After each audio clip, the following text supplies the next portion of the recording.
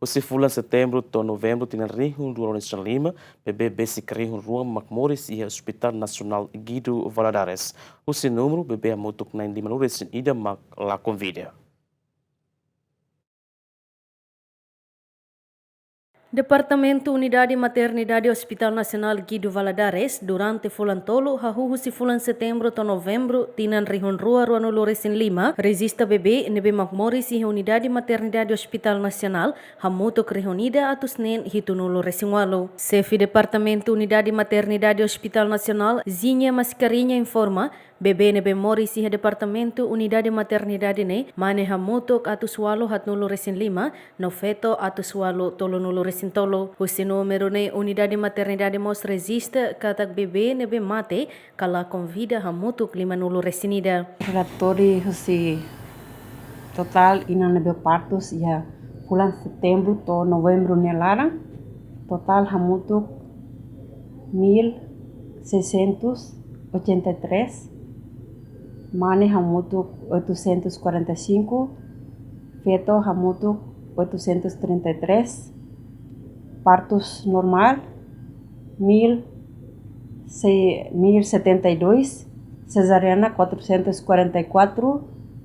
vacum 106 e bebê nebe maka moris o posição abnormal hamutuk 71, bebê nebe moris o kaduak 37, o AFD hamutuk 51. Chefe Departamento Unidade Maternidade Nemos explica causa husi bebê sira nebe makmate iha inan sira nyak notak ne tamba inan sira nebe mak sofre moras complicado. Sira nebe mak kami operana ho indikasaun duni kata pasyente nebe maka indikasaun hanesang inan sira nebe maka ami hane observa depois iha progresso de parto ne ami hareli husi patograf nebe maka ho patograf ne haturu sinali hane ba kata inane labele parto normal o hane ba haturu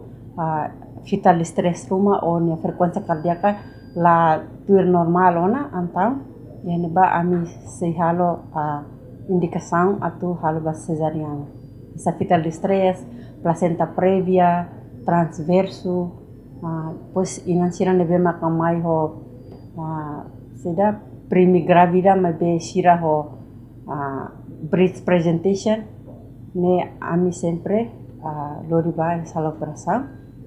para atu halo atendimento nebe maka lais. Enquanto tuir dados susi Direção Nacional Saúde Maternal Infantil, hatudo iha tinan rihun rua ronulu resin tolu, bebê atus hitu resin no inan hitu nulu resin makmate, tinan rihun rua ronulu resin hat, bebê atus hat, no inan 5 nulu makmate iha Timor Leste. No causa principal ba mortalidade inan no uang ne, kontribui husi hemorragia karam fakar, hipertensão ran mider no mos parto iha uma, Dilma Suzeti, GMN.